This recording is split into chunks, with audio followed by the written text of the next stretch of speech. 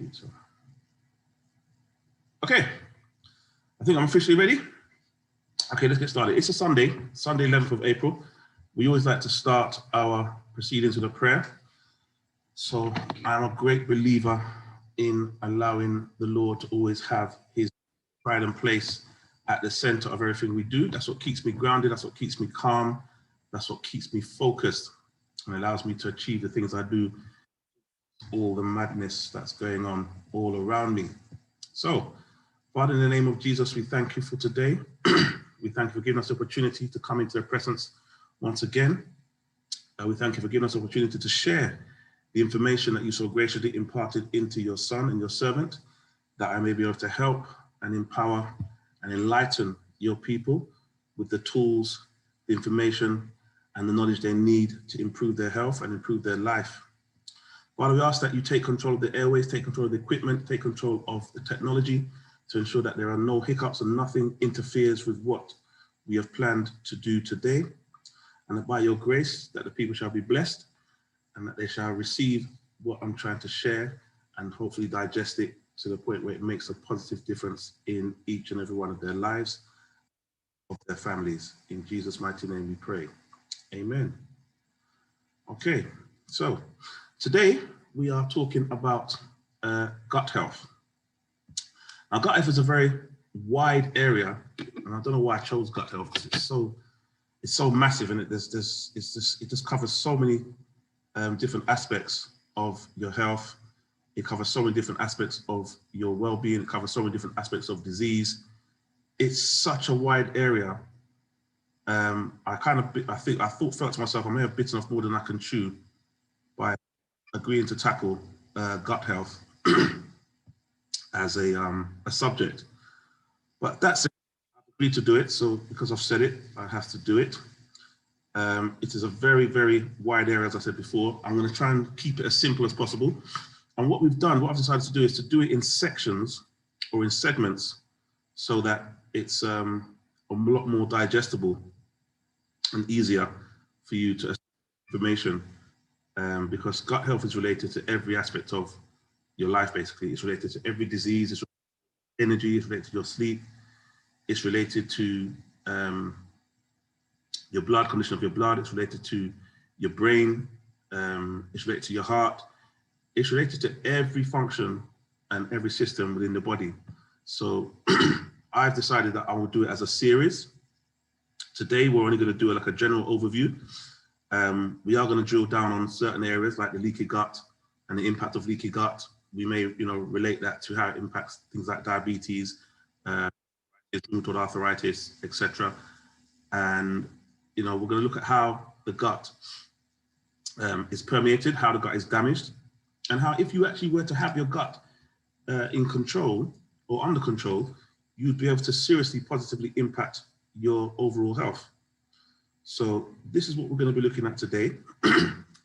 Hopefully you'll find the information empowering and uplifting, and more importantly, something you can take away and use the practical tips to affect a better level of health in your life and those around you. I'm just trying to multitask it. I'm just sending somebody who's asked me for the link. Okay, done. All righty, so let's jump right in and let's get started.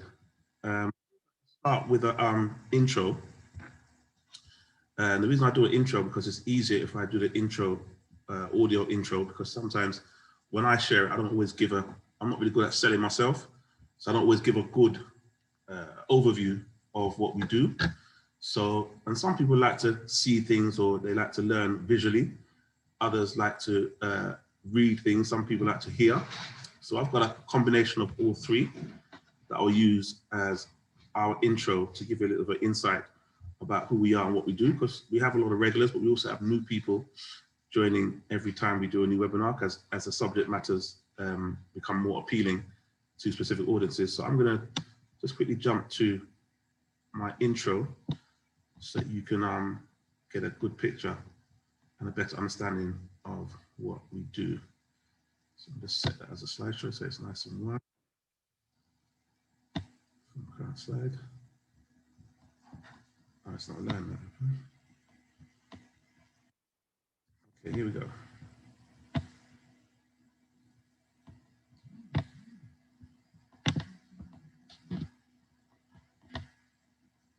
Okay, technology at its finest.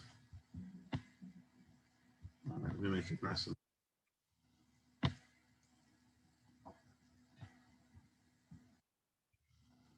so many people are coming in now at the same.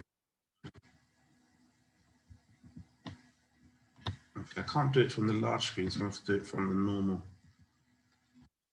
It's a bit of a shame. Anyway, here we go.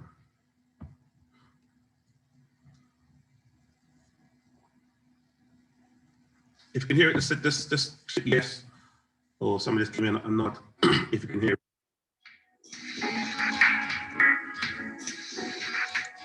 Can you hear it?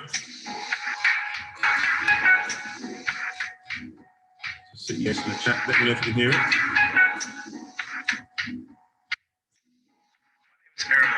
a nutritional therapist here at Vivo Nutrients.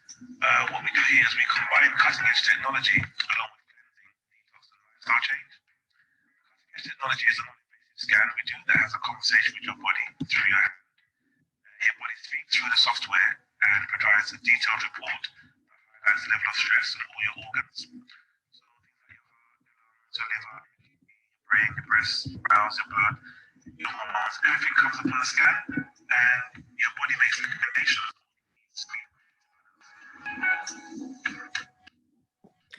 Sorry, we can't hear it very well. Thank you, Jojo. You can't hear it? No, can't hear it very well. Unclear. At all? Or you can hear some, or not clearly? Not clearly. Not clearly, okay. It's breaking up. It's breaking up. Thank you so much. Right, you know what? I will try and do it myself. Okay, what we do, just so those who don't know, my name is Aaron Warden. I am aka the Juice Doctor, natural health researcher, innovator, and manufacturer of natural health products. Also the founder and CEO of Go Juice Detox, Vivo Nutrients, and My Healthcare. We specialize in providing natural health solutions to common everyday problems. We also specialize in combining cutting edge technology along with cleansing, detox, and lifestyle change. Now, the cutting edge technology is a non-invasive scan we do that has a conversation with your body through your hand. Your body speaks via the software, and it provides a detailed report that highlights the level of stress on all your organs. So things like your heart, your lungs, your liver, your kidney, your brain, your breast, your bowels, your blood. Basically, every organ in your body is reported on, and your body makes recommendations on what it needs to bring it back into balance. So once you've got that information, we'll then put together a bespoke lifestyle change program that will really help you to restore order in the areas of your body that are out of balance. And as a result of that, your body goes into a state of accelerated healing. We don't try to heal or cure any condition. We only create an environment that is conducive to the body's own healing mechanisms to ramp up their activity. So that's who we are, and that's what we do. We specialize in providing information to empower people with the knowledge and tools that they need to be able to take charge of their health and navigate through these, especially these times like these where we have these really difficult and challenging times. So we've embarked upon a series of webinars where we share information on different aspects of health, and we really dig down into the specifics and try to really provide practical information and tips and tools that you can use and go away and apply them in your life. And I've been really pleased with some of the feedback that we've had from people that have been, joining the webinars and those that have been watching the replays afterwards, and how they've said that they've applied some of the principles or the tips or the recommendations that they've gleaned, and they've really had some phenomenal results. Somebody called up last week to say they watched the talk on sleep. We did a talk on sleep a couple of weeks back, and we gave a lot of recommendations at the end of how you can improve your sleep. And somebody said she watched it and she took notes, and at the end she applied about 2 or 3 of the principles. And for the last 2 years, she said she's not been able to sleep beyond 2 or 3 or 3 o'clock. And she said after applying some of the recommendations that we made and using the tips that we recommended, she said she was able to sleep for the first time till 7 o'clock in the morning. So that was really uplifting to hear that people are taking advantage of the information that we give and putting it into practice. and more importantly, they're getting very, very profound results. So I'm really happy to, really excited to be able to share with you what we do and what we've learned, what we've gleaned along the years, along the way. And today we're really going to be drilling down on the importance of maintaining a healthy gut. Because I said, gut is such a wide area, but it impacts so many aspects of your health. And I don't know why they don't teach about the gut in schools, because it should be something that is learned in schools to really empower, you know, young children with the knowledge and the tools that they need. More importantly, just the information to be able to maintain their health, because that's how I feel you'll be able to really take the pressure off the NHS. But that's just my view. But anyway, life and death begins in the gut. As I'm sure most of you know, it's the root of all disease and health, because both of them stem from the gut. The gut is actually the single most important part of the body, but I don't understand how it's so little understood. There's so little knowledge of how the gut works, what it does, how it, you know, interacts with the rest of the body. It bewilders me how there's so little known about such an important section of the body. In fact, if you were to understand your gut, just understanding your gut alone and how your gut works and how it impacts your health, how it impacts your immune system, how it impacts, you know, 90% of the diseases and conditions that are out there, you'd be able to navigate your life through your life probably without the need of any form of medication or never visiting a doctor ever again. So that's the power of the gut. I mean, I always say, it goes far as to say, if there was one part of the body that was a mandatory area of study or course of study, I would say that part, the gut.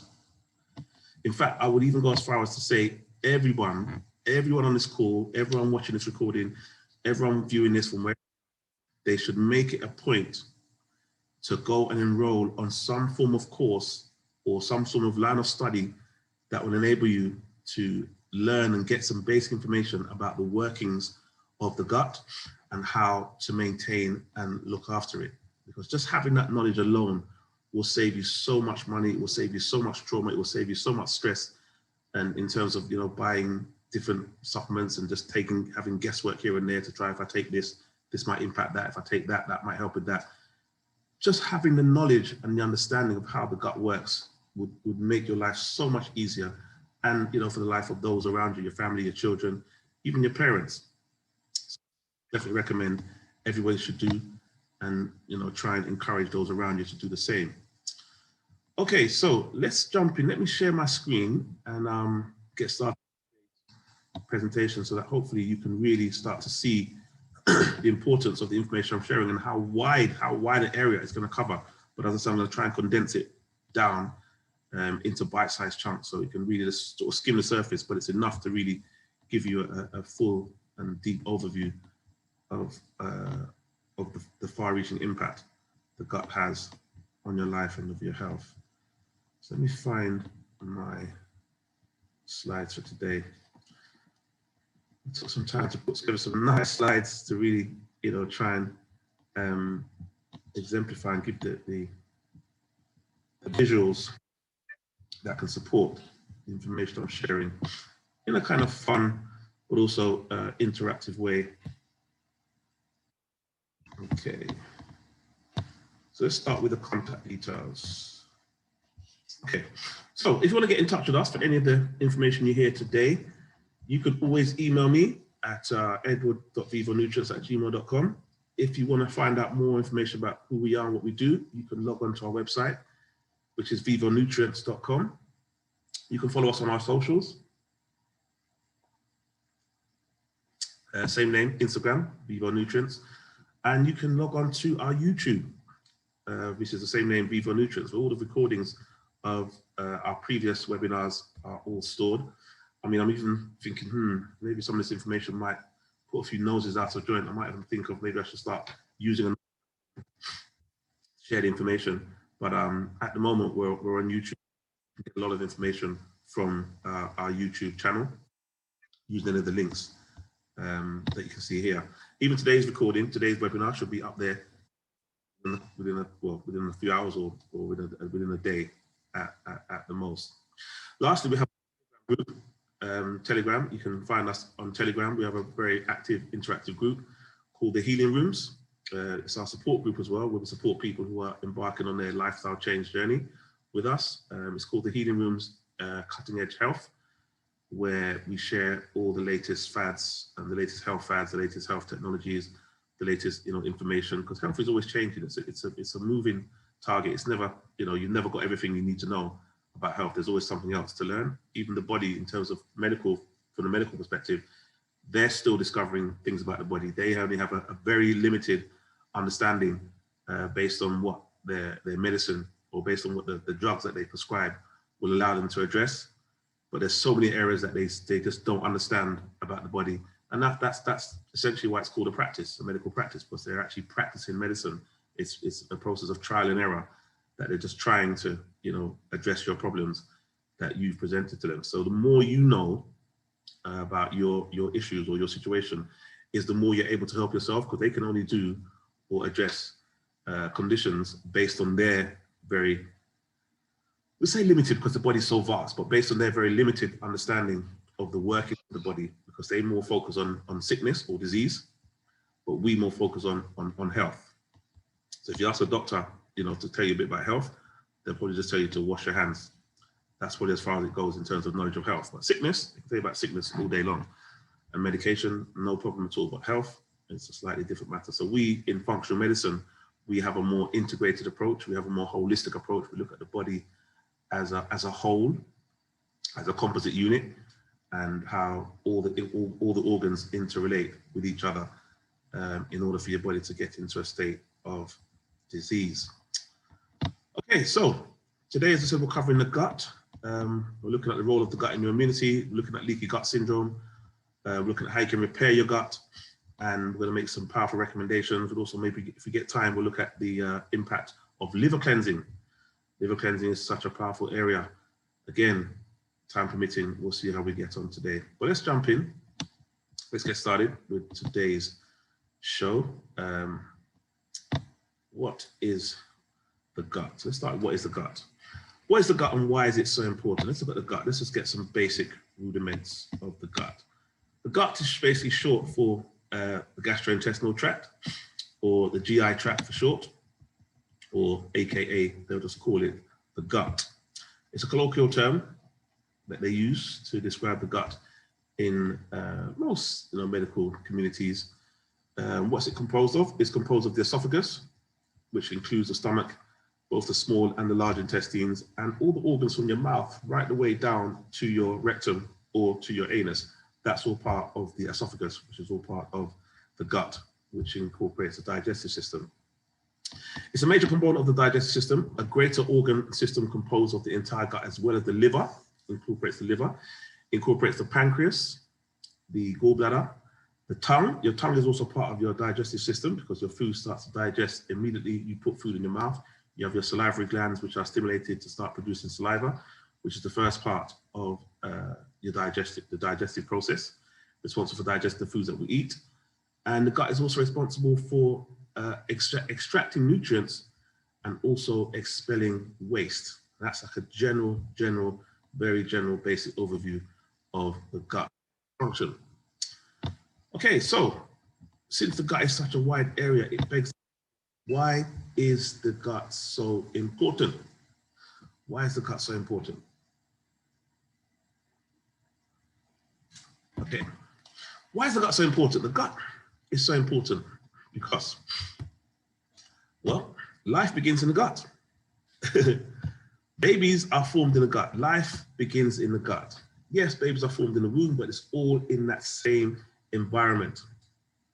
Life begins in the gut. The first life form, the first separation of cells, of bacteria, it starts to take place, that separation of cells, split into 2, into 4, into 8, 16, 32, etc.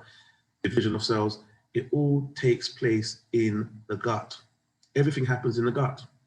So in the same way that life begins in the gut, because all the life-giving properties are available there, all the resources are available there, and they're all easily accessible within the gut. In the same way that life begins in the gut, guess what else begins in the gut? Death also begins in the gut. Disease begins in the gut.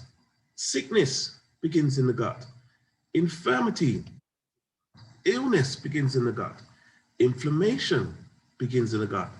Everything begins in the gut. As I said earlier, if you can take control of your gut, then your life is truly in your hands.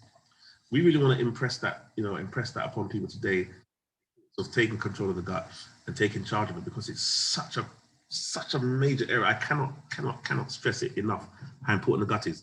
And in the gut, you have such powerful neighbors. I mean, if you're in the gut, and like I said, if you're in lockdown, for example, if I was in lockdown and I was a part of the body, where would I want to be situated? Would I want to be in the mouth? Not really. Would I want to be in the brain? Very technical, very processy. Not really. Where would I want to be if I was in lockdown in the body? I would want to be in the gut. Why would I want to be in the gut? Because that's where all the action is. That's where all the exciting things take place. That's where all your fun and exciting neighbors are. I mean, look at Meghan and Harry. Meghan and Harry, they've moved to a place now. They were looking for someone to live when they moved to America, and they've now found a very safe place to live. And where they live in America is in a place called Santa Barbara. And if you look at their neighbors, they're surrounded by people like Katie. They're surrounded by people like Oprah, by Jennifer Lopez. They're surrounded by Tyler Perry. They've just got all the top people around them. This is how the gut is. The gut is like the epicenter of the body. It's the main area. It's the happening place. It's the LA. It's the Hollywood. It's the Santa Barbara of the body. If you were in lockdown, this is where you want to be, because you're surrounded by all the top people. So let's look at some that you have while you're spending your time in. Some of the neighbors you have while in the gut, you have things like, who would say your equivalent of your Oprah Winfrey? You've got the liver.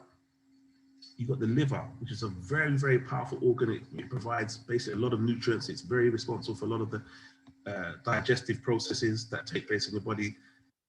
You have the kidney that filters out all the impurities from the blood, make vitamin A, process of vitamin D. You have the pancreas that produces insulin to make sure you can manage your blood sugar.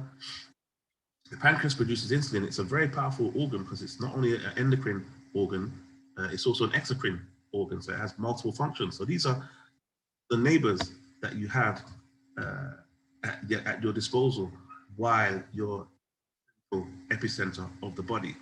You've also got the large intestine, and you've also got the small intestine, where all the absorption of nutrients takes place. So all the breaking down of foods happens in the small intestine.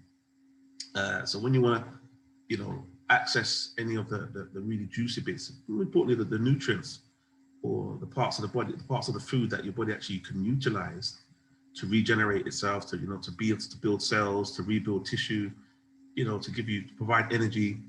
This all takes place in the small intestine, and all these are centered in that central area. So I'm just likening it to that Meghan and Harry type scenario, where they're based in Santa Barbara, surrounded by all these wonderful people. They say anything they need, they can always have access to it. That's why even when the Queen decided not going to give them any more security, God, by the grace of God, Tyler Perry stepped up and said, he would provide for them whatever they needed, which was a really, noble thing for him to do. And the same way in the gut, your body has all the tools, all the amenities, all the requirements to make your life really, really comfortable.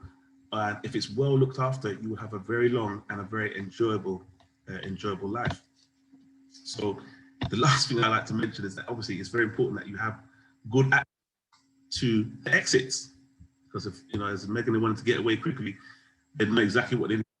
They've probably got some underground tunnels because these guys have got so much money. They've probably got emergency exit routes. So if they need to make a quick getaway, if there's any kind of terrorist attack, or because they're very rich people in that area, they're very wealthy. So people have lots of reasons to come in and stage kidnaps or whatever to demand ransoms, for their safe return. So it's always good to have access to, or easy access to quick exits. So in the same way, when you're in the gut, you have access to the exits because you have the colon and the rectum, where you can pass out anything you don't want that's no longer required. You can just quickly pass it out, and through the exit, through the body's natural exit systems or mechanisms, to make sure you can maintain a clean and healthy environment. So being in the gut it's a really exciting place to be. It's a fun place to be. It's a very technical environment. It's very well resourced and well serviced. But with any well resourced and any well serviced area where there's high level resources, there's high level commodities, there's life forming, life creating, and life protecting properties, you also have to have a good security system. Think of Meghan and Harry. Look at the value of Meghan and Harry, just their presence alone in that whole South LA area that they're living in, Santa Barbara. The amount of attention that will be drawn to everybody else in that area, because it now almost puts everybody else at risk in the area. But because these people have money, they've moved into an area where they're well secure. They need to make sure that they have a good and working and very robust security system. So guess what else the gut is home to? That said, it is also the home of the state-of-the-art security system. You're not going to get a better place to live than in the gut. In the gut, it's the house of your whole of your immune system. Okay, let's say 80%. It's over 70, between 70 and 80% of your immune system is actually situated in the gut. So you have a very good state-of-the-art security system that's posted, that the headquarters are maintained, their main barracks are coordinated and centered in and around the gut. Now, these are certain factors that everybody should know. Everybody should know that your immune system is mainly situated in your gut. But how many people actually aren't aware of this? We did a whole webinar on the power and the importance and function of the immune system. And we covered the 10 divisions of the immune system. We talked about the gastro lymphatic tissue, the GALT, the gastrointestinal lymphatic tissue. And we looked at the mucosal lymphatic tissue, the gall and the malt. And how these major lymphatic tissues and lymphoid systems that control your T cells, they control your killer cells, they control your B cells, are all centrally located, but more importantly, coordinated from within the gut. Now, why do they have such high and robust, rugged security situated in this very, high profile centered area? Why? Because that's where all the food goes. It's where all the food goes, and it's also where all the life begins. As I said, life begins in the gut, but also death begins in the gut. So the job of the gut is to try and preserve life and prevent the process of death, because death is a process. Death is like a symptom. It's the end result of a set of processes that have been triggered by an adverse environment being to maintain for prolonged periods of time. So death becomes a symptom, that the end result of that condition being left unaddressed. So the immune system being in the gut is a key indicator as to the importance of the function and the operation of the gut. So that's kind of like my little fun summation of the gut. I like to use a little bit of humor, a little bit of fun to kind of bring it home a little bit and make you, kind of just make you understand how important the gut is to the whole overall function of the body. So let's have a little bit of a look at what it actually does. What is this really high-powered, high-censored, well-secured, well-resourced part of the body? What does it actually do? What does the gut do? Okay, well, the obvious is we know it receives food. We also know it processes food. It extracts nutrients, which you said earlier, and it destroys pathogens, because you've got the immune system there to really start to destroy those pathogens, to start that process of defending and protecting the body. That's when it's working properly. That's when it's in its natural state. But in order for us to understand what it does, we kind of have to have a little bit more of an insight into what it's comprised of. What's the gut comprised of? How do all these functionalities all come together? What's the strand that draws them all together? So let's look at what we have in there. We have what we call 100 trillion, not 100 million, not 100 billion, we have 100 billion microorganisms, collectively known as the microbiota. The microbiota, make a note of that word, the microbiota. This is going to be the one important words we're going to grasp today. It's one of the most important about regards to your body, important factors of the whole human anatomy, the understanding of the microbiome. Kind of touched on it a little bit today. As I said, we're going to try and really keep it as simple as possible in really, layman's terms, so we can, deliver the information in bite-sized chunks so that they're easily getting. So these 100 trillion microorganisms are collectively known as the microbiota. They're the gut's main constituents and building blocks. The gut's primary function is the digestion and absorption of nutrients, as we know, and the excretion of waste. And it has a very, very important and influential effect on both the development and the function of the immune system, as well as our gut-brain communication. Now, the gut-brain axis is a whole nother subject, a whole nother topic. I'm not going to cover it today because it's too wide, but I'm sure everyone has a basic understanding that there is a brain in your brain, and there's the brain in your head, sorry, and there's also a brain in your gut. And the two of them are related. So you have the gut-brain axis, which has a lot of gut-brain communication. That's why people talk about having a gut instinct. They'll make decisions based on their gut feeling or gut reaction. So there's a lot of things that are linked to decisions and processes that happen in the brain that are triggered and motivated from activity that's taking place in the gut. So let's have a little look at what is this microbiota. What does it actually consist of? What are these constituents? What is the microbiome? The microbiome is a genetic material of all the microbes. Micro, you see the word, the relation? Microbe and microbiome. It's made up of microbes, and these are they're made up of things like bacteria. They're fungus, they're parasites, or they call them protozoa, and they're viruses that live on our body, on our skin, and on the inside of the human body. So when they talk about viruses, people think that the virus is some new thing or it's some external pathogen that's just coming in to attack the body. Because you don't know anything about the body, you don't know anything about the microbiome, you would be led or misled to believe that a virus is a foreign entity that's alien to the body and it's going to be destructive to the body. That's not true.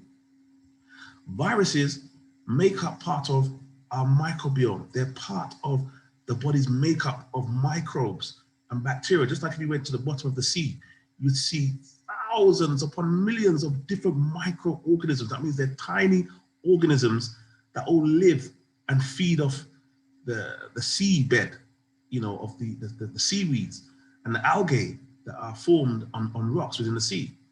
So in a sense, you have these microorganisms, trillions of microorganisms, all feeding off these source of life in the sea, the same way how we as humans have trillions of microbes or microorganisms feeding off each individual cell. And I'll give you some factual data on those a little bit later. Just to kind of put it into context, the number of genes, microbes in one person's microbiome is 200 times genes in the whole of the human genome. So just think about that.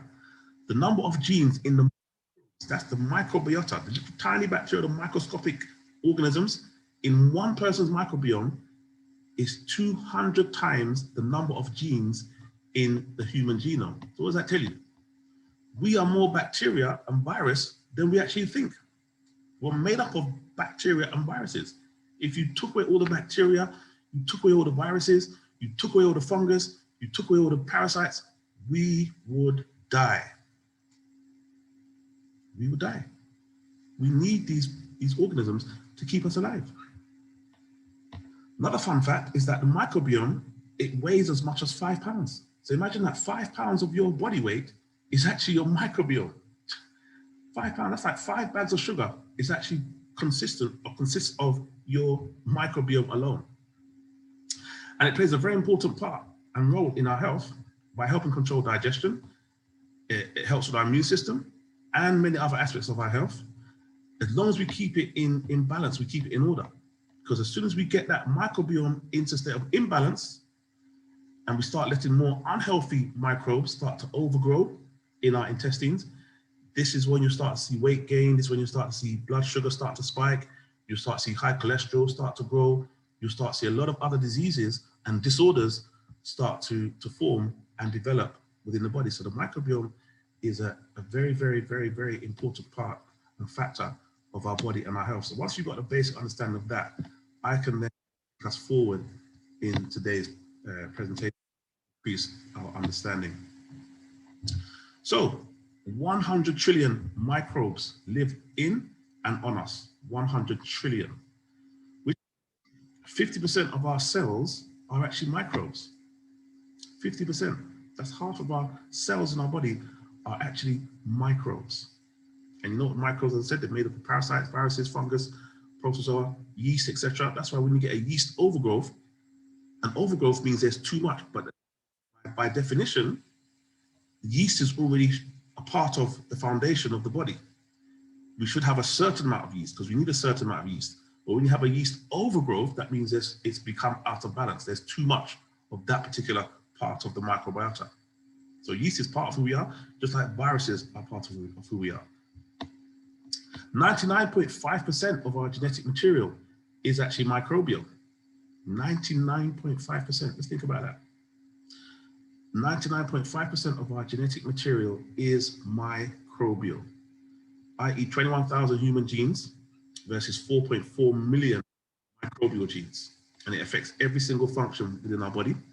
It affects our weight, it affects our metabolism, it affects our immune system, our mood, and our behavior. Imagine that within us controlling what we do and how we do them. Let's get a little bit more information on the purpose of these microbes and the whole of this microbiome. I think I might just cover this two subjects today. I'm just going to really just deal with the microbiome and keeping the microbiome in balance. Probably go into a little bit about some of the effects of the microbiome being out of balance, and then how we can start to bring those areas back into order. That in itself will help you to probably, address 50% of any conditions you may be experiencing, just having this understanding alone. So what's the purpose and the function of the microbiome? The microbiome maintains vital homeostatic mechanisms in the body. These include, and they're not, we're not restricted to, enhanced metabolism. It helps with resistance to infection and inflammation. It helps prevent against autoimmune disease. If your microbiota or your microbiome are intact, it prevents you from having autoimmune disease. What's an autoimmune disease? Things like rheumatoid arthritis, things like Crohn's, anything that says that the immune system starts to attack itself. Why would the immune system start to attack itself? Well, because it's in a state of disorder. It doesn't know what it's supposed to be doing because there's things happening that shouldn't be happening, which we'll go into a little bit later as we progress. It also has an effect on the gut-brain axis. Why do I keep putting that word in there? Short-chain fatty acids. These are linked to the development of cells and neurons within the brain. If your gut is intact, then your brain function, the brain will correspond in terms of the proper function of the brain. In the same way, if the gut is not intact, you'll see problems developing in the brain. You'll see things like Alzheimer's, you'll see things like depression, you'll see things like mental health, you'll see things like Parkinson's. Yes, these are all linked to the microbiome and the state of your gut. What do they do? The microbiome, let's get a look at what the microbiome does a little bit more in detail. The microbiome, it helps to protect against pathogens when it's intact. It helps to synthesize vitamins and minerals. It helps with your immune system to develop, because you've got different types and parts of the immune system. You have your innate immune system, we mentioned last week. We also have your adaptive immune system. This is the adaptive immune system. Your innate immune system is the immune system that you're born with. Like as a baby, everybody has an innate immune system. But then your adaptive immune system is the immune system that will develop based on external or environmental factors. So if you live in a place where you're subject to, I don't know, malaria, Africa, for example, your adaptive immune system will kick in to try and produce the relevant antibodies to keep your body well secured and immunized or protected against the malaria parasite. And that's a parasite. And malaria is a parasite, which is already in the body. So this is the adaptive immune system, so that your microbiome helps you to develop your adaptive, which adapts to the environment that you may find yourself wherever you are in the world, or if you're in a place that's very polluted, or in a place that's very hot, or in a place that's got high, toxic, very toxic environment, like you live near to a factory. Your adaptive immune system will help you to adapt to that environment to ensure that you can still keep going with minimal disruption to your day-to-day function. It also helps promote intestinal angiogenesis. It helps promote the fat storage. So if you have too many toxins, your body will produce the right amount of fat to keep those toxins isolated and prevent them from infecting other organs within the body. And you have your short chain fatty acid. And also they're produced by the fermentation of dietary fiber. So your fiber is very important. And it also helps to modulate the central nervous system. Now, again, you can see there's a connection between the gut and the function of the brain. So, as I said, I'm trying to steer clear of that gut-brain axis, although I said we will cover it, but we're not going to cover it today because it's complicated, but it's complex, but it's very, very important because we need to understand it. So when people have a lot of migraines and problems that are neurological or neurologically related, it helps you to get a better understanding of what you can do to impact those and change those without having to take medication. Okay, so let's look at some external factors and things that will impact your microbiome. Okay, so you've got things like let's just look at the microbiome first. We know it's bacteria, we know it's viruses, we know it's parasites, we know that it's fungi, we know that it's archaea, we know that it's made up of all of these microbes combined together to defend and keep the body in a state of homeostasis. Then external factors.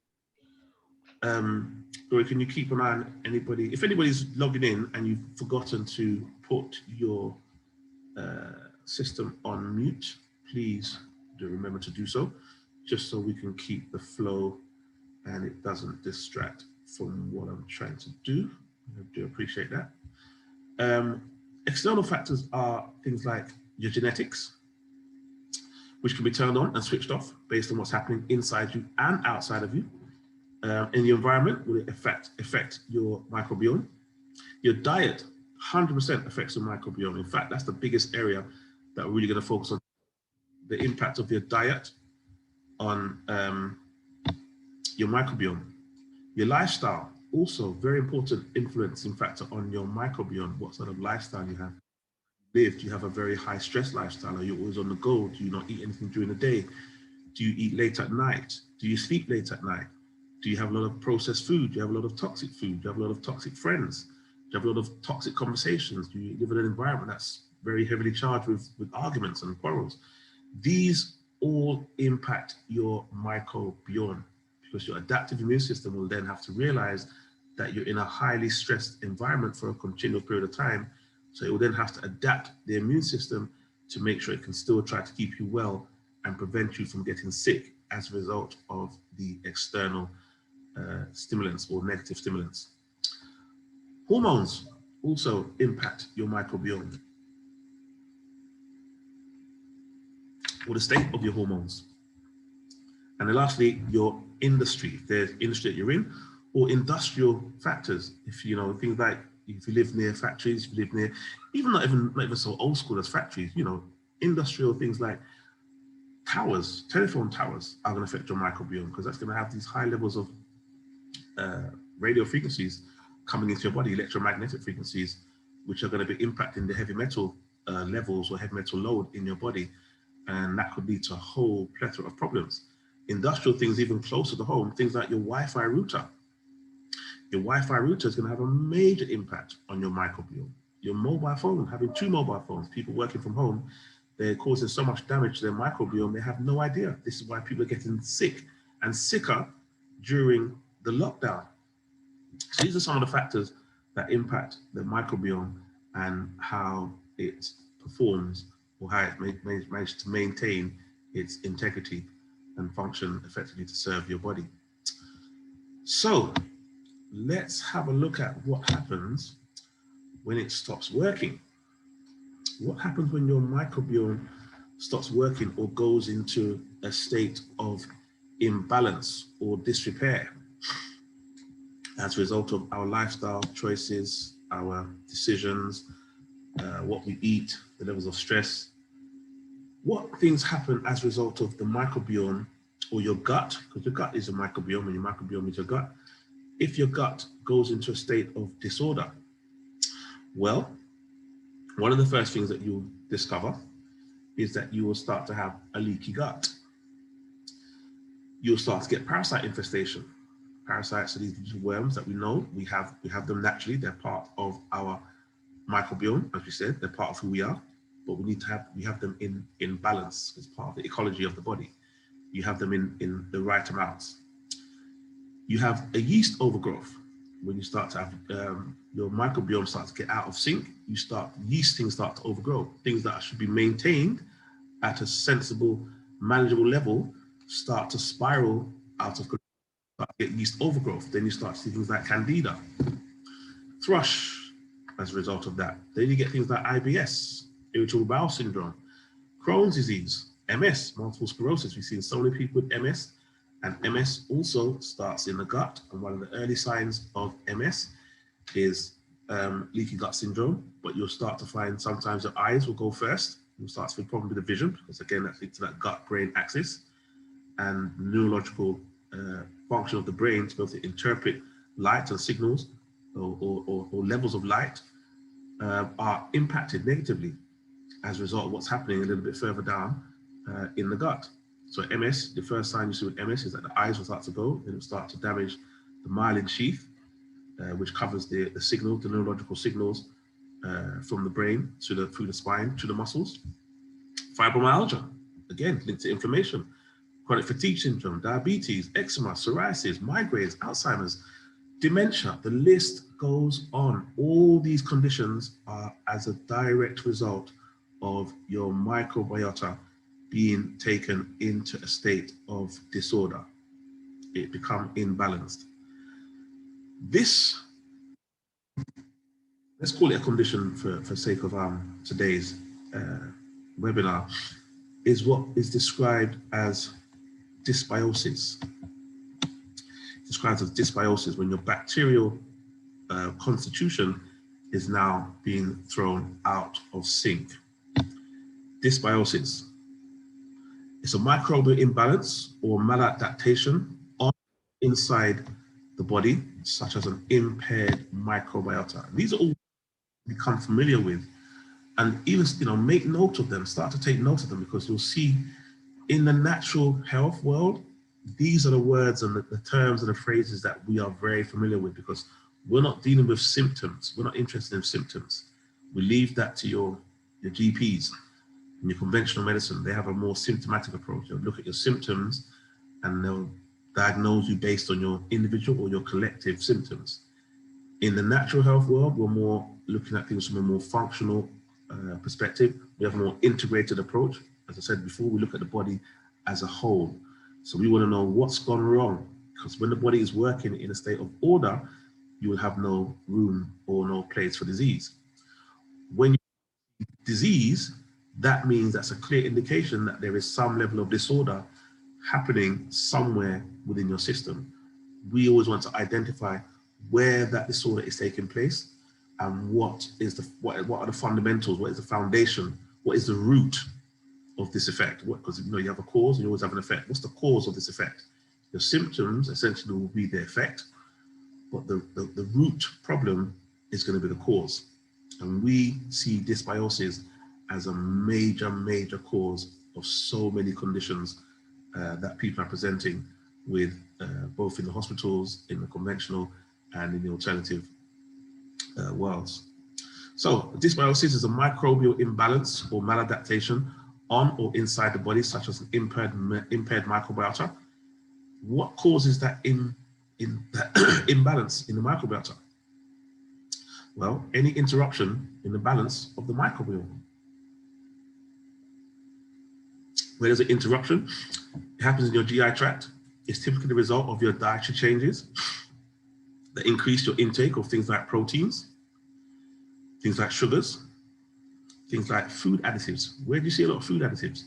In a lot of processed foods. If you have a lot of processed foods, you're going to have dysbiosis. You have a lot of sugar, you're going to have dysbiosis. If protein, you're going to have dysbiosis. If you consume too many chemicals, you're going to have dysbiosis. If you have too many pesticides or unwashed fruit, you're going to have dysbiosis. In fact, just this year, earlier this year, I discovered that I had a problem with eating apples. And because I didn't have the time to go into the whole understanding or to research the understanding of why is my body reacting to something so natural. I'm sure some of you have experienced the same thing where your body is reacting adversely to something that is supposed to be good for you. So for many years, every time I ate apples or things that contain fresh apples, I'd always feel sick to the point of even throwing up. And it wasn't until just recently, after seeing so many people presenting with different situations, we do their scan, we'll see high levels of pesticides, and we started to look into these pesticides a little bit more, and we started to discover that the fact that these pesticides were disrupting a lot of their endocrine system, a lot of these endocrine disruptors. Pesticides, what they do, they spray them on their crops to protect the crops from being infested by the bugs. Because when these bugs come and eat the crops, it destroys the plants and it destroys the yield. So these pesticides were being sprayed on the crops and it was interfering with their ability to reproduce. So when these pesticides get into the food chain and you start to ingest these pesticides, it starts to interfere with your reproductive system. It also starts to interfere with your thyroid. It starts to interfere with your hypothalamus. So you start to have all manner of reproductive problems. You start having a problem with your period. You start developing, polycystic ovaries. Lots of problems start to develop as a result of these pesticides. So if you have a high intake of foods that are wheat sourced from a source of wheat or from bread or soy, these foods were very high in pesticides. But we just thought it was only those foods. We overlooked that fruits and vegetables also receive a lot of pesticides. So it wasn't until this year that I discovered that the reason why I was getting sick from eating apples was nothing to do with the apples. And maybe even people that have problems with nuts as well, this may be the same for you. And don't quote me on this, I'm just hypothesizing here from a scientific perspective. But I discovered that it wasn't the actual apple that was causing me the problem. It was the pesticides on the apples that was reacting with my body, because my body was I've got my body to a certain state where anything too chemicalized comes into my body's going to react pretty much straight away. So apples were just a no-go, and I left it at that.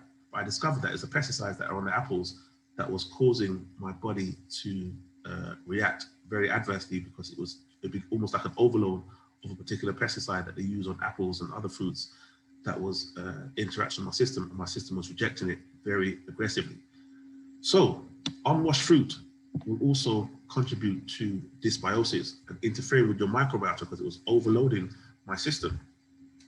So things like weakening of the body's protective functions are what happens during dysbiosis.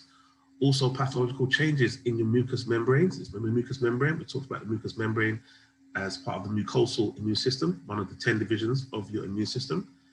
When you have an accumulation of toxins in your body, this will also cause dysbiosis and reduction of non-specific immunity. Now your non-specific immunity, this is another type of your immune system where you have cells that will react. They don't react to like specific antigens. They will react to anything that comes in. That's why they're called non-specific immune cells.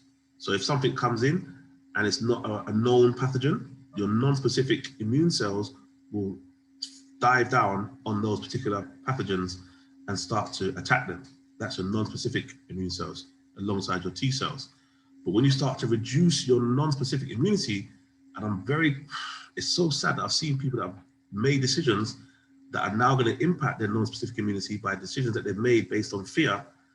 You've now got yourself a problem where your non-specific immunity are no longer going to be reacting because they've now been primed by certain stimulants that have now spiked a production of a certain type of immunity, so that when your body is encountering maybe nondescript or things that it's not familiar with, your non-specific immune cells won't react because they've only been primed to react to a certain type of pathogen. And that's a very important line of defense. Your non-specific immune system, it reacts to anything that the body is not familiar with. So when you start to reduce your non-specific immunity, your body then starts becoming susceptible to all these new modern or GMO foods or these modern day pathogens that weren't around 10, 20 years ago. And this is what they can be using to really break down your system and really reduce your body's protection. So really, really be mindful of what you're doing when you're making certain decisions based on fear. And then severe dyspepsia, which is things that affect your stomach flora and the pepsin levels in your gut, which are part of your digestive tract and the digestive system for breaking down your foods. So let's look at some effects of symptoms of gut dysbiosis. We've seen how it happens. We've seen how what contributes to it. Let's look at some of the things that happen when you have gut dysbiosis. Okay, so you get things like cramps. These are signs that if you don't know, do I have gut dysbiosis? Do I experience this? Have a look at some of these symptoms and compare them to your current level of wellness and see if any of these things fit your particular situation. Constipation, diarrhea, heartburn, gas, being very gassy, bloating, stomach bloating, food allergies, intolerances or ill sensitivity to specific foods, inflammation, if you're having a lot of inflammation or aching joints, acne, if you're getting skin rashes, psoriasis, chronic fatigue, you're becoming very tired, extremely tired. If you have difficulty concentrating, are you experiencing a lot of anxiety? What about depression? Are you having a lot of candida, a lot of yeast overgrowth? Are you experiencing thrush? Are you having problems with your immune system or things like irritable bowel syndrome? What about your allergies? Are you experiencing allergies or asthma or any other kind of difficulties to do with your respiratory system or with breathing? Things to do with your breathing, are these areas being affected? Do you experience headaches? Are you experiencing memory loss? Have you been made aware of any nutritional or vitamin deficiencies? These are all signs and symptoms that your body may be in a state of gut dysbiosis, where your microbiota has been compromised and your body is no longer able to protect you to the level that it was originally designed to do. These are the sort of things that we in the natural world will look at first before we start thinking of let's get you on this or get you on that type of medication or start making changes to try and fix the problem or fix the symptom, more to the point. In fact, conventional medicine, they don't even acknowledge this. They don't even acknowledge this as an issue or anything that's even related to whatever you're experiencing.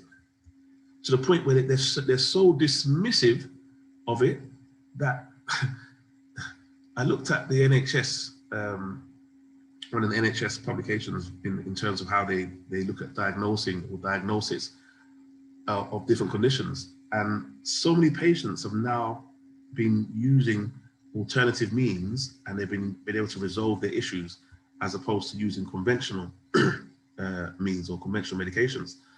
And they've in turn gone back to their GP or gone back to their doctor and said, look, that problem you're giving me the medication for, I've now completely eradicated it. Do your test, check my blood, and you'll see people with diabetes, people with high blood pressure.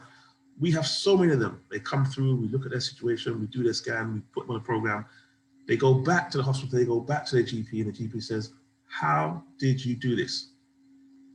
But because they're so dismissive of alternative or natural remedies, they see it as quackery.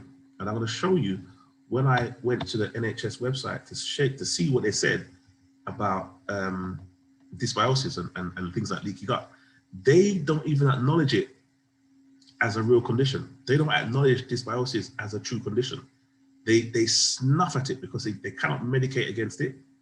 They cannot prescribe a tablet to treat it, and they cannot provide any course of medicine to manage it.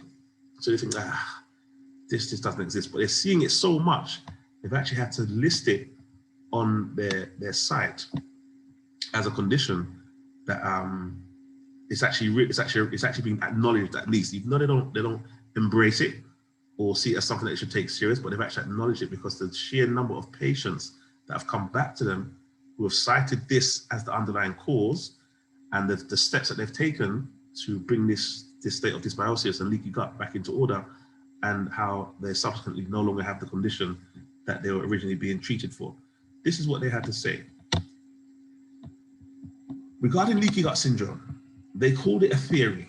That's number one, which is fine because obviously in science, everything starts with a theory and then it's gone through a series of tests and scientific analysis and experiments that will then prove that theory. If it can be, the results can be proven and proven consistently, then it becomes accepted as a scientific fact. So yes, everything starts as a theory, and it's fine for them to call it a theory, but this is what they said. They said the NHS called it a leaky gut syndrome theory.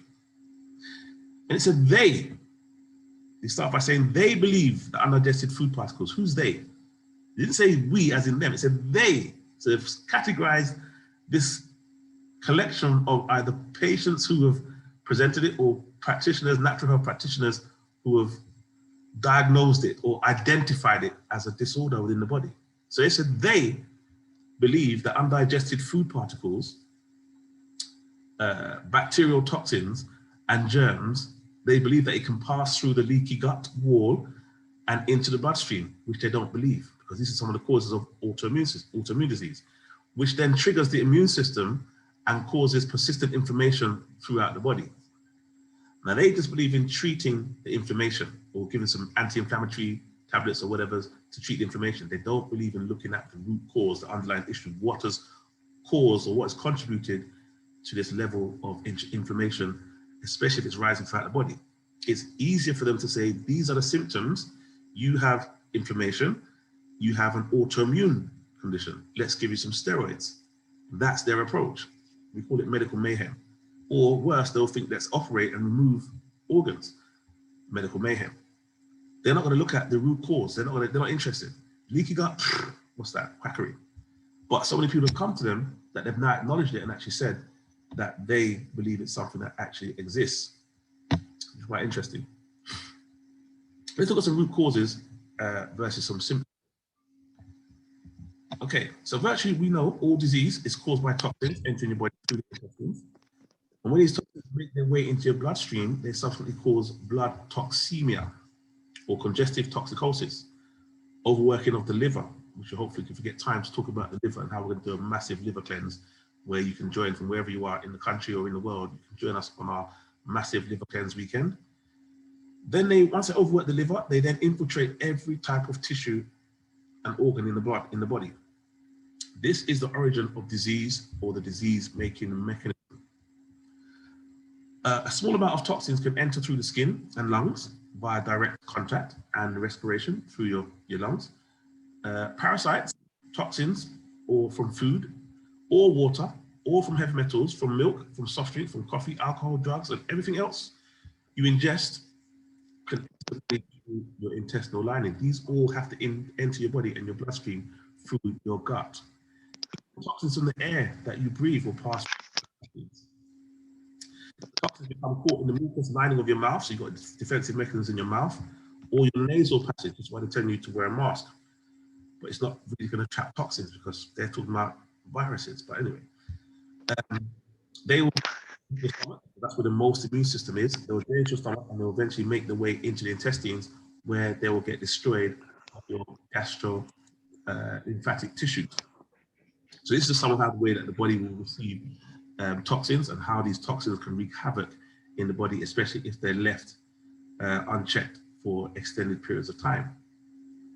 So let's have a quick look at how leaky gut is actually caused. I mean, actually just stop at this dysbiosis, let's go to the recommendations, because it's that alone for you to digest the impact of your microbiome. And when your microbiome is out of balance and you go into that state of dysbiosis, that alone, just that knowledge and understanding of that alone is enough for you to then look at how you can really start to change the condition of your whole body and your whole health, regardless of what condition you have. Forget about trying to fix a condition. Fix your microbiome, fix your body's natural healing mechanism, and the body is more than capable of healing itself. Forget about leaky gut, forget about all those. Just deal with focusing on bringing your microbiome back into order, which I can help you do with some of the recommendations I made today. So I can happily stop here and just go into the recommendations, but I've I highlighted a few areas of leaky gut just to increase your understanding. But like I said, the area is such a wide area. The gut is such a wide area that there's no way any one 90-minute session can cover all the areas. I want to try and get today's session done within 90 minutes as well, and hopefully get some time for questions. Let's quickly look at some how leaky gut is actually caused, just real quick. Okay, how's leaky gut syndrome caused? When you've got leaky gut, your GI tract is unable to stop toxins from entering your bloodstream. I've really made the point, it's really simple and easy. You can actually take pictures of the screen if you want to, or make notes of the main salient points. When your gut is healthy, your small intestine has a strong lining that handles the nutrient absorption, and it handles it very well. The intestinal wall will prevent any bad bacteria from leaking your body. That's when you're Angela, would you mind putting your phone on mute or your tablet? If you don't mind, I'm sure you're probably busy making your Sunday dinner. And you're only okay, you can have some too. Okay, so when that intestinal wall, that intestinal permeability weakens, the microscopic holes in your intestine will allow unwanted particles to leak into your body, such as undigested food, bacteria, and other toxins. This is when you start to go into problems. These holes are known as tight junctions. They're typically small for a reason. So in a healthy digestive system, they're the perfect size to stop the wrong things from leaving the gastrointestinal tract. Thank you so much for that, Angela. When they're the wrong size, they're the perfect size, sorry, for stopping the wrong things from leaving the gastrointestinal tract. So leaky gut is when these tight junctions, proteins in your gut, deteriorate and they can no longer do their very important job. These leaks will trigger inflammation and changes in the gut microbiome. The complex balance of and diversity of the microorganisms in your gut will cause inflammation and a change to your microbiome that will lead to very, very serious health conditions. This is how leaky gut syndrome is caused. This is the actual process by which leaky gut takes place. Let's look at some factors, some risk factors that you may be subject to at the moment that could make you vulnerable to developing leaky gut. I'm just going to quickly turn the fan off. It's getting a little bit cold now.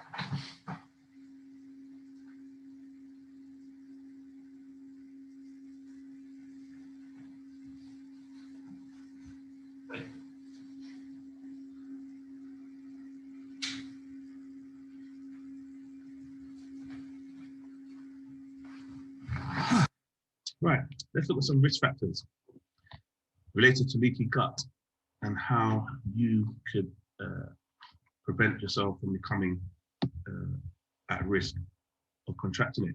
There are certain factors that will play a greater role in leaky gut than others. Things like high levels of protein, a particular protein known as zonulin, they can actually weaken your intestinal permeability. Certain strains of bacteria and, that big word, gluten have a very serious relationship to high levels of zonulin. So eating foods containing gluten could definitely increase your chances of leaky gut. Gluten is a well-known instigator of problems within the gut, but people don't recognize that the problem is not just the gluten itself, it's the effect it has on your stomach lining. The zonulin, the protein that's in the gluten, called zonulin, that prevents certain enzymes from doing their job. Other risk factors that make you susceptible to leaky gut include your genetics, your levels of stress, your excessive use of alcohol, if you get a lot of alcohol, and antibiotics. So things like medications, if you're taking medications, antibiotics is one of the worst things you could ever take, by the way, because it really destroys your microbiome. It really destroys all your good bacteria and throws everything right out of sync. Any kind of homeostasis goes right out the window instantly. And you know, it's that serious. Antibiotics are that serious that you can actually just have one dose of antibiotics and your microbiome can be damaged for life. One dose. That's how serious it is, because it will take a long time for you to address something that you're not aware of has actually happened. If you're not aware that the antibiotics has damaged your microbiome to such a high extent, you won't do anything about it because you don't know anything has happened.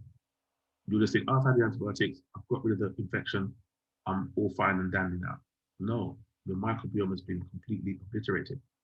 So if you have antibiotics on a repeated basis, you're leaving yourself wide open for dysbiosis, for leaky gut, and all the associated problems that I'll quickly go into before we close for questions. So if you have a zinc deficiency, zinc is very important in restoring leaky gut. If you're deficient in zinc, you're very susceptible to leaky gut. If you have an overgrowth in candida, which is as a result of your yeast overgrowth, or you have a very poor diet or a very high sugar diet. If you take a lot of medications, or if you have a lot of processed foods, these are some of the risk factors that leave you more susceptible to experiencing a leaky gut. Let's look at some more factors linked to gluten. I know a lot of people eat gluten, and I may not be aware of the factors associated with your consumption of gluten. Gluten will lead to additional allergies and autoimmune disease. Also, immune system deficits, which will prevent your body's ability to heal or repair you if you do have any kind of disorders. In fact, you've had these high levels of gluten and you've got this ongoing problem with substances leaking into your bloodstream from your gut. It's going to put your immune system at high levels of alert, which will leave it very stressed and unable to address problems in other areas. It gives you a higher increased risk of infection or yeast-related bacteria and immune system dysregulation. So these are from having high levels of consumption of gluten. On top of that, the other properties of gluten and grain in general can also cause gastrointestinal damage and inflammation. Things like heavy GMO, genetically modified organisms, pesticides used in grain production, high levels of mycotoxins found in grain, heavy levels of mold found in grain. You'd be surprised the amount of mold that are on these grains and the mycotoxins that we see so many levels of mycotoxins coming in people's scans. Like, where are you getting it from? It's all coming from their food. Large quantities of oxalates, chemicals called ATIs that hinder digestive enzymes from releasing from the pancreas, which again is going to be affecting your blood sugar levels because the pancreas is meant to secrete insulin. So these things are all going to be impacted by your leaky gut syndrome. Diabetes is key, classic symptom. It's a symptom of leaky gut. All of these factors contribute to delayed healing and persistent problems with food allergies, infections, and digestion, or even in some cases, indigestion. How does leaky gut affect the body? In fact, it affects the whole body. There's no part of the body that's not affected by leaky gut. You've got things like sinus and mouth. You'll get frequent colds, food sensitivities. It affects your adrenals. When people have chronic fatigue syndrome, their adrenal function is going down the pan. Your joints, rheumatoid arthritis, fibromyalgia, headaches, migraines. Your brain, you'll start having things like depression, anxiety, ADHD, attention deficit disorder, hyperactive disorder. Your skin will be impacted. Your acne, eczema, rosacea, psoriasis, all these skin issues that you're trying to treat topically, the problem is a lot closer to home. Let's go back to basics, let's go back to the gut. Your thyroid, Hashimoto's, hypothyroidism, Graves' disease, all linked to dysbiosis and leaky gut. And obviously constipation, diarrhea, and inflammatory bowel disease. These are all linked to having leaky gut. It affects the whole body. You would not believe how many conditions are linked to leaky gut. And you think, why is this not taught in schools? Why are people not taught about this? Go ahead, Josephine, real quick. Is osteoarthritis included in that? Osteoarthritis, absolutely, because it's inflammation. Inflammation, the bones. Osteoarthritis is going to be directly impacted as a result of leaky gut, because obviously where you've got the acid levels building up in the blood, that acid's got nowhere to go because you've got high levels of acidity, which the kidney is not able to eliminate from the blood, which is then going to cause those acid deposits to calcify. And when those acid deposits aren't able to be removed, because the immune system is also overwhelmed, those calcified deposits will start to deposit themselves within your bones, within your joints.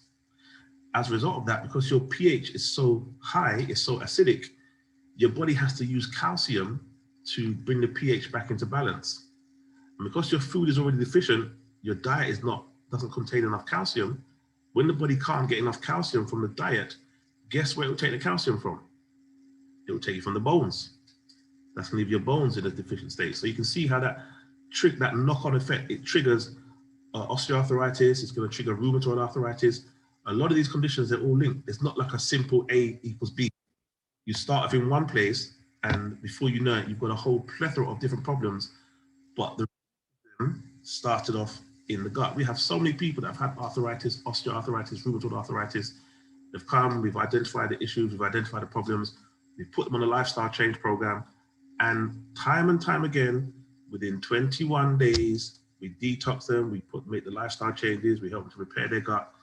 21 days, no more osteoarthritis, no more rheumatoid arthritis, no more diabetes, no more blood sugar, high spiking blood sugar, no more back pain, no more joint pain.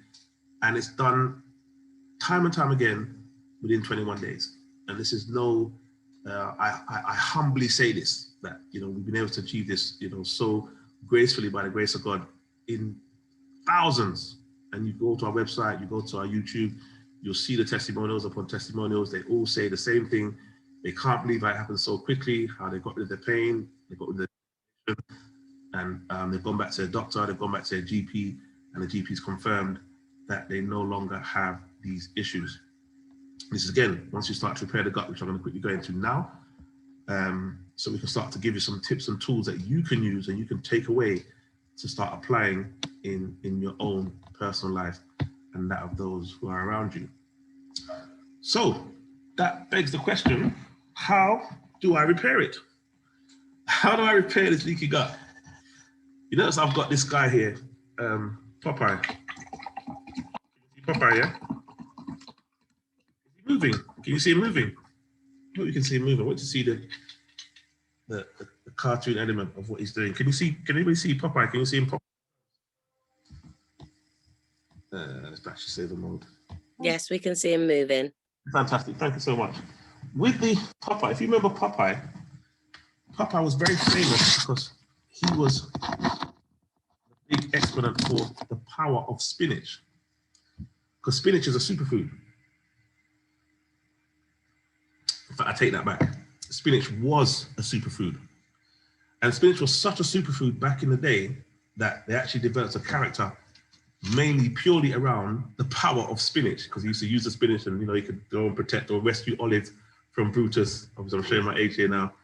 But he'd be able to rescue Olive from whoever was attacking him, especially Brutus, because Brutus was really his arch enemy, because he's a big guy for the little Popeye. What could he do, the little sailor man? And when he used to pop his spinach, he used to give him superhuman strength, which would enable him to take on whatever size adversary and really just, pulverize them into dust, literally, because of the power that he received from the spinach. But that was when spinach was actually a superfood and it didn't have as many GMO interference. Now, back then, spinach used to be, a pot of spinach, a pack of spinach used to be about 3 or 4 pounds. Correct me if I'm wrong. Does anybody remember the days when spinach used to be about 3 or 4 pounds a pack? Anyone remember those days? Now, you get spinach for like £1, for like a big bag, and they're still making a profit on that. And I always used to wonder, how do you have a superfood that used to cost £4 for a bag, and it's now been sold for £1, and it's still trying to maintain its status? Not possible, because it no longer has or no longer contains those superfood properties that they used to have. So you have to be really careful what you're eating and be really mindful of the state of the foods that you're buying in the supermarket. You just can't just, assume, oh, it's from a supermarket, it's a high brand supermarket, that the quality of the food is going to be up to scratch or up to standard, because a lot of these things are profit driven now. So unless you're growing your own food, it can be very challenging to ensure you're actually getting what it says on the tin. Okay, so how do we repair it? How do we repair our leaky gut? How do we restore order to our dysbiosis within the gut? The first thing we look at is a thing called the 4 R's. Make a note of the 4 R's. Make a note of the 4 R's. It's a program commonly used in natural health for restoring gut health, but you need to first understand the science behind it and how to use the tools and the technology to maximize the potential of this particular program effectively. The 4 R's are remove, replace, repopulate, and repair. We start off with removing. Let's remove the toxin, because we find we spend a lot of our time when we're seeing clients, 80% of our time is spent highlighting the fact that the 90% of their problems are as a result of what they're eating, what they're ingesting on a daily basis. We hate being the one that has to separate people from their favorite foods, but we call ourselves like the RSPCB. They have the RSPCA, the Royal Society for the Prevention of Cruelty to Animals. We are like the Royal Society for the Prevention of Cruelty to the Body. Yes, we have to be the voice of the body, because people are taking their bodies for granted. They're effectively abusing their body just because they want to satisfy their taste buds. And that's not a good enough reason to put your body through such rigorous stress and strains, which leads it into a state of disorder, dysbiosis, and disease. So the first thing we do with the 4 R's is remove the excess, the buildup of these toxins, remove the buildup of these pathogens, remove the buildup of these processed foods, remove the buildup of the accumulation, the accumulative. It's a whole plethora of different issues related to what's been ingested by the digestive system, and all the byproducts that have had to be stored and managed by the body in order to try and keep the person healthy. But we continue to eat these foods on a daily basis, which then leads to further problems, because when these things build up in the body, it then starts to really throw our stomach lining into a state of disarray. So we stop putting the poisons in our body by removing the excess. Then we start to replace the losses, replace things like your vitamins, where you're lacking vitamins or lacking minerals or nutrients. We start to replace those with what's needed, replace the bad foods with good foods. This is where we have the lifestyle change program. We start to replace your bad foods and your bad habits with good food and good habits. Then we start to look at repopulating your gut, because your gut flora is in a very bad state of disorder and imbalance. So we have to start rebalancing your gut by repopulating it with the right types of bacteria, not just probiotics. We also use prebiotics. We look at, a lot of it is based around your food. A lot of it's based around your diet. A lot of it's based around making the right choices to the wrong ones. And then we seek to repair the damage. We have to really, painstakingly take time to really repair the wall, repair the holes, repair the damage that's been sustained by the stomach wall or stomach lining over the years, by using the right type of foods, the right type of healthy fats, to make sure that the body is back into a state of order. Go ahead, Sister Kate. Hi, greetings. I left a message in the chat box. I'd just like to know if the PDFs the presentation will be emailed to us after sometime in the week, yes or no? What group are you in? How did you hear about today's presentation? I got an invitation. I can't tell you on what. I think it must have been from one of the WhatsApp groups. Are you on Telegram at all? Or one of the WhatsApp groups, or on Facebook. Oh, wow. Recommendation. Yeah? Okay. What we'll do, if you go to our YouTube channel, which is Vivo Nutrients, go to Vivo Nutrients. Can you just put that in the chat box, please? Yes, I will do. Yeah, go to Vivo Nutrients. Register on Vivo Nutrients. Sign up. Is it register? Yeah. Subscribe to the channel, and when it gets uploaded, you'll get a notification. It'll be uploaded probably today or tomorrow, so you can. Thank you so much. It's really good. I'm really getting a lot of information. Very productive. Put that in the chat box. I can't remember that, and I haven't got a pen on me. We definitely will take that. Yeah. Yeah, we'll do. Thank you so much for tuning in. Make sure you give it a thumbs up as well when you watch it. Make sure you subscribe and give it a thumbs up. And if you've got any comments or questions, feel free to put them there as well, so we can continue the conversation in the chat below the video. Alrighty. So let's look at some other things now. We're going to wrap up very shortly now, because I think we're coming into the 90-minute sector. So we'll look at some foods that we can use and some dietary changes we can use to repair our leaky gut. As I said, we're only going to focus on leaky gut today and restoring the microbiome, as I think these are two basic rudiments that once you get these right, then a lot of the other things fall into place. Okay, so diet changes to improve a leaky gut.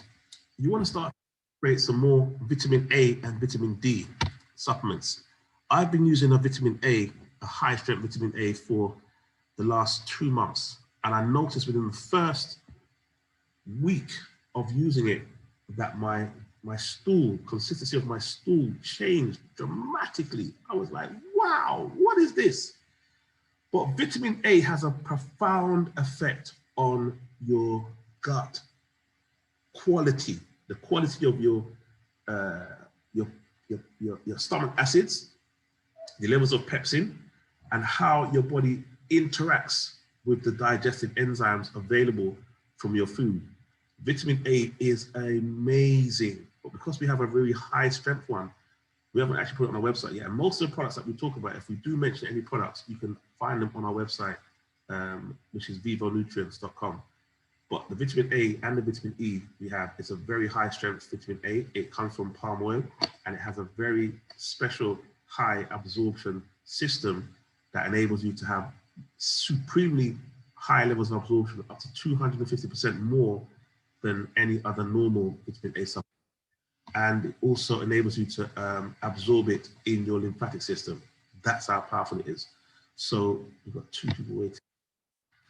Yeah, so that's the vitamin A that you want to use. And if you want to get more information on how vitamin A and vitamin D will impact your stomach dysbiosis or your gut flora or your microbiome, just type in vitamin A and dysbiosis. Type it in on PubMed. Go to PubMed, anything you want to study, all the studies are there, all the scientific papers are there, all the research papers are there. Go to PubMed, type it in, vitamin A and stomach, or vitamin A and Crohn's, vitamin A and whatever stomach-related issue, and you'll be surprised how many studies have been concluded just on that vitamin alone. So incorporate more vitamin A and vitamin D supplements into your diet. Increase the use of probiotics, of course. Add more fiber. Look at using more zinc and glutamine supplements. Avoid fructose. That's the sugar. Internal studies have shown that fructose has been shown to be particularly harmful to intestinal permeability and may promote inflammation. It may promote inflammation, so really keep an eye on your sugar intake. Try and get yourself to do a parasite cleanse. Try and get yourself to do a parasite cleanse, which we can help you do. If you use our Elixir of Life, it's very good at cleansing parasites and heavy metals from your gut. Elixir of Life is our powder that we use that really chelates them and grabs them together. Avoid known irritants, things like dairy products, spicy foods, gluten. Stay far from gluten. They also cause a lot of increased irritation. And if certain foods cause symptoms, and just reduce them or eliminate them from your diet. I know it sounds hard because people are so even emotionally attached to their favorite foods, but if you really want to have high level health, you could even just try fasting. Just do a 21-day fast, just 3 weeks away from your favorite food. And you'll be amazed at the impact and the turnaround that your body experiences as a result of just, abstaining from those foods just for a very short period of time. Okay, you've got 10 steps to heal leaky gut. I'm not going to go through this slide, but I would advise you to take a picture of it, or when you watch it on YouTube, freeze it and maybe write it down. Write down the information. There's lots of little tidbits that you can use. Take a high quality probiotic. You need at least 8 billion CFUs per day. Probiotics will help you digest your food and regulate your immune response. Many probiotics are grown on corn and cause a reaction in gluten-sensitive people. So be careful, make sure you get a high-quality one. Don't just take any probiotic, it's going to be something really good. We have a liquid probiotic, which is made from live bacteria. It's actually, the bacteria are actually live. It's not a yogurt or dairy-based. They're actually live bacteria. As soon as you take them into your body, you feel them working and getting to work straight away. Okay, let's look at some foods that you can use to help to repair that leaky gut. Make sure you get a lot of hydration, and make sure you chew your food, because the chewing really stimulates the stomach acids to start to permeate and start to proliferate, ready to receive that food. Because if you haven't got enough stomach acids, this is how people start to get acid reflux.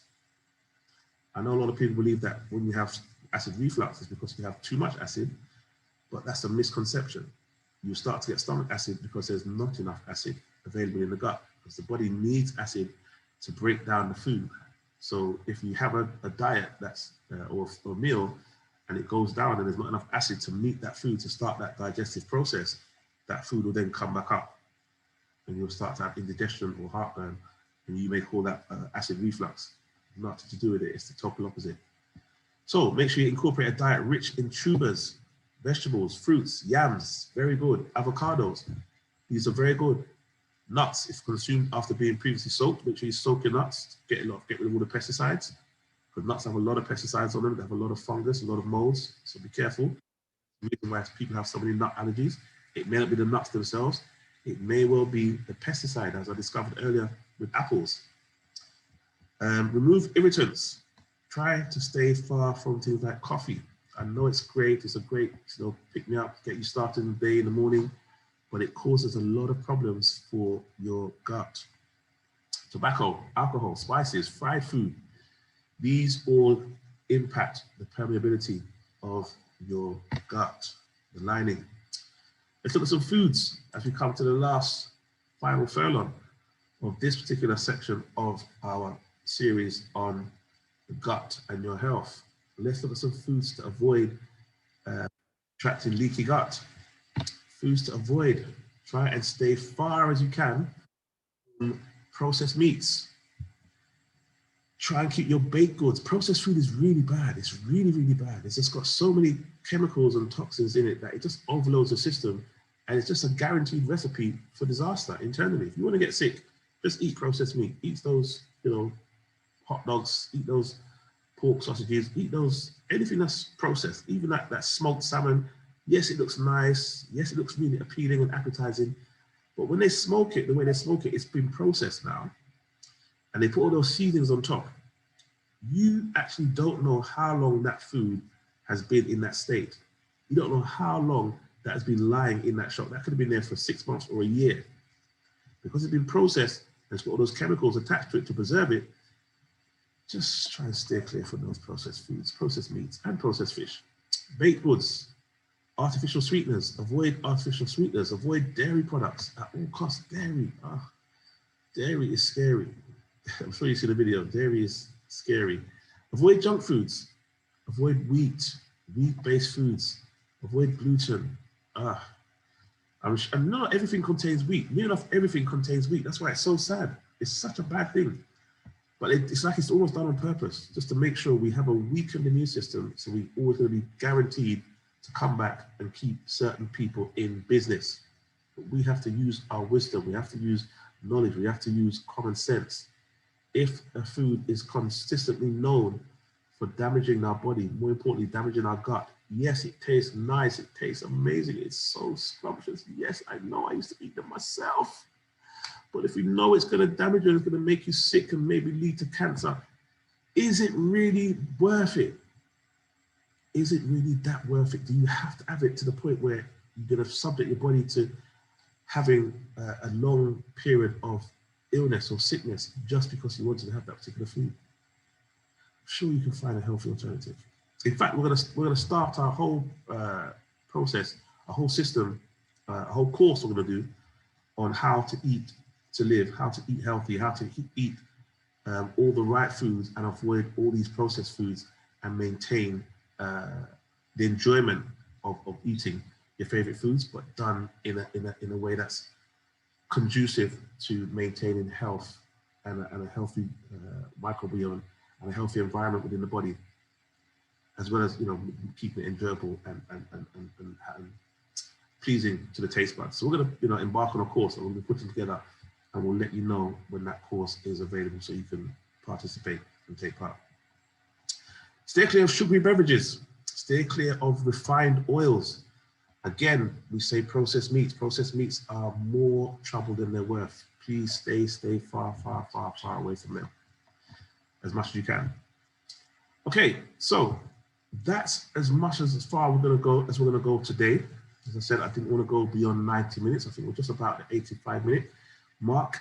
If anybody has any questions, feel free to ask them now. You can either raise your hand or just unmute yourself and ask away. We're going to do about 5 minutes of questions and then we're going to wrap up. Hi, you spoke about what the fruits having all the pesticides and everything. What can we wash the fruits with? What could we use to wash them? That's a very good question. I'm so glad you're paying attention. You can use a very simple product called Veggie Wash. Veggie Wash. Veggie Wash is a product you can get most online or good whole food shops. But if you go on Amazon, I know they have one on Amazon. It's called Veggie Wash. It's about £4, £4.99 or £5 for a bottle. You only need a small amount in the cap. It's non-chemical. It's all natural, and they have some really powerful properties within it that actually breaks down the chemical film that's on the apples, the fruits, the vegetables, the broccoli. Make all your vegetables, as you get your vegetables, just soak them, just put a capful in a big pot of water, soak them in there for about 5 minutes, then rinse it off, and you'll find that the food actually tastes fresher and it lasts longer just from getting, using the Veggie Wash.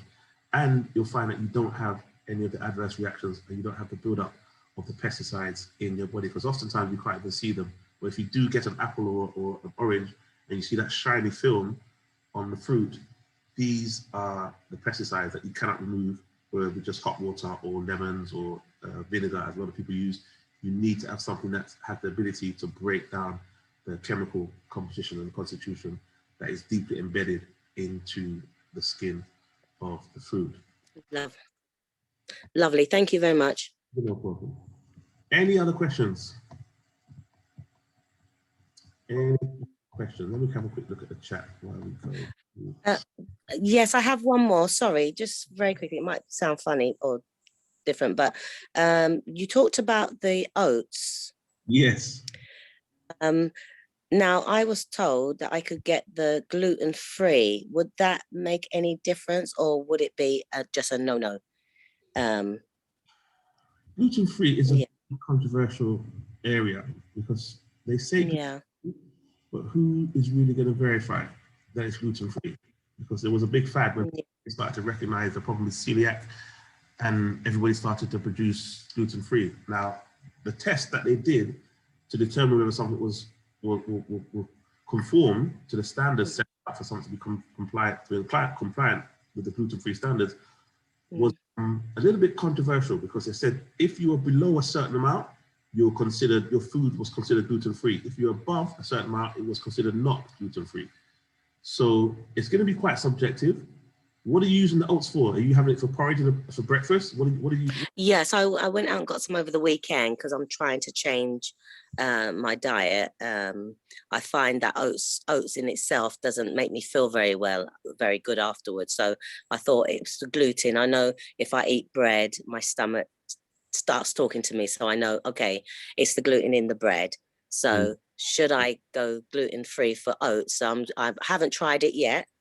But I thought since we're here on this program, I could ask and find out if that's a good thing still, or I mean, what do you have with the oats? Do you have it with milk or you have it with water? Water. Okay, good. So at least if you've ruled out the fact that it could be the dairy that's also causing a problem. Yes, try and steer clear.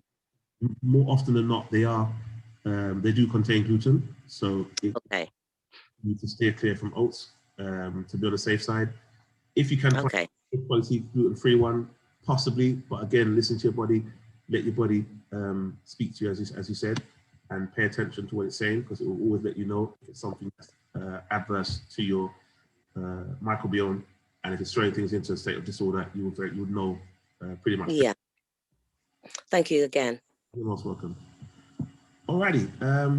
Any other questions? Can you wash vegetables with baking soda? Yes, you can, but you're better off to use the Veggie Wash, because the film is quite embedded into the skin of the fruit, and the baking soda will only take off the surface.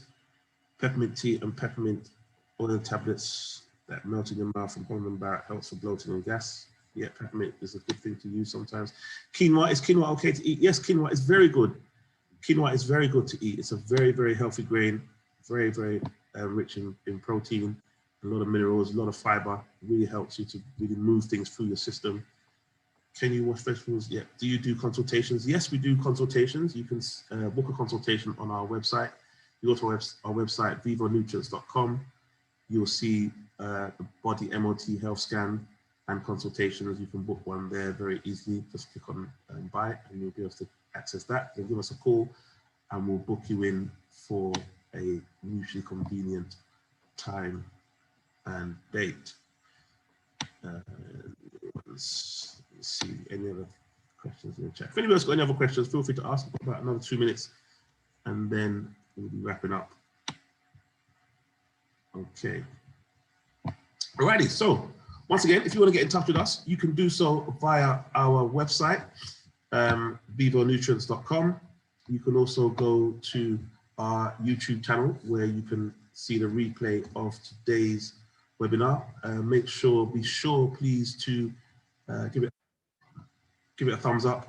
Also like, share the video. Please most definitely share the video. Share and really let people have access to this information, because there's so much information that's available that will help people to make informed decisions that allows them to take their health back into their hands and not have to sit there and suffer in silence unnecessarily. There is a lot of things that they can do to actually impact their health right from the comfort of their own home.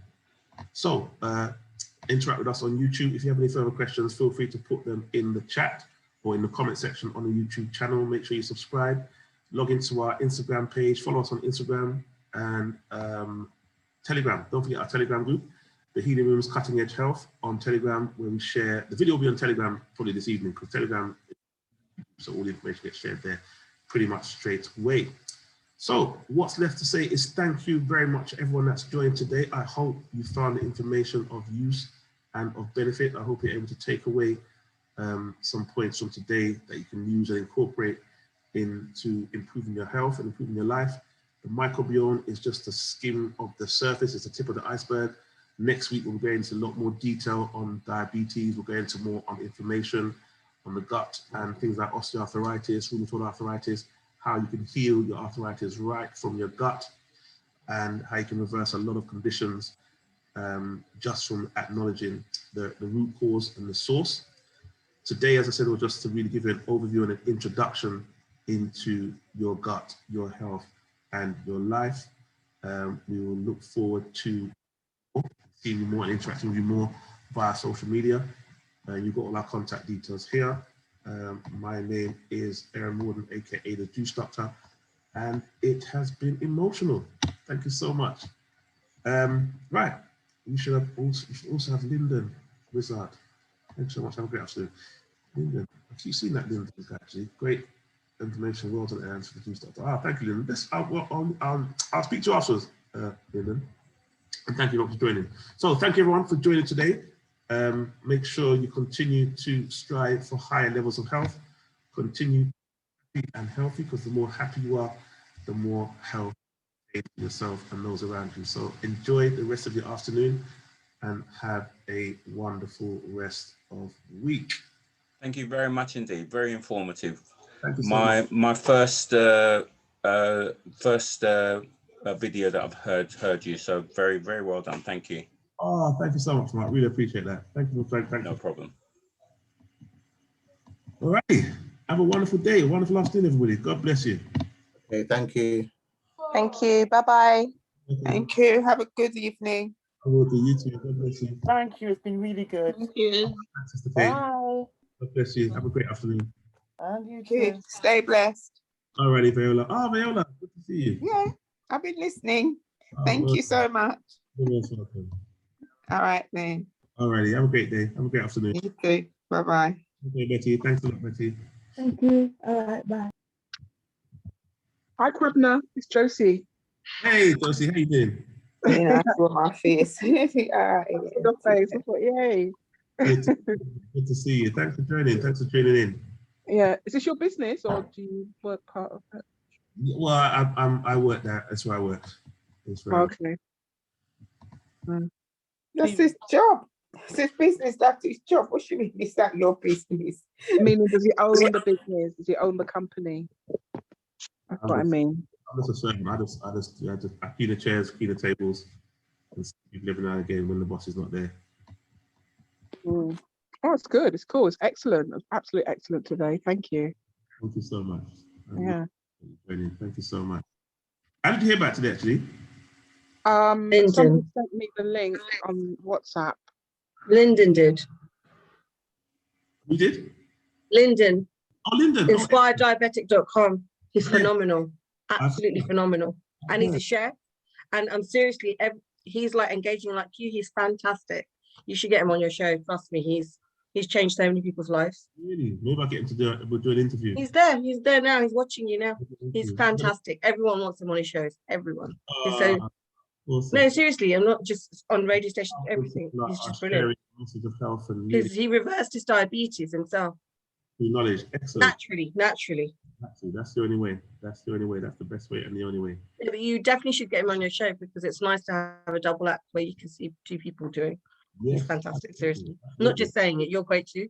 He's great. Awesome. No, indeed. It'll be good. And he's the one who sent your link to everyone. Thank you so much, Linda. So Really. you definitely should speak to him. He's there he's on now. Lyndon, come on. No, we're going to close the recording, so we're going to speak Oh, up, okay. and then we can touch base and get that. All right. Thank you so much. Enjoy the rest of the afternoon and have a fantastic week. Bye. All right.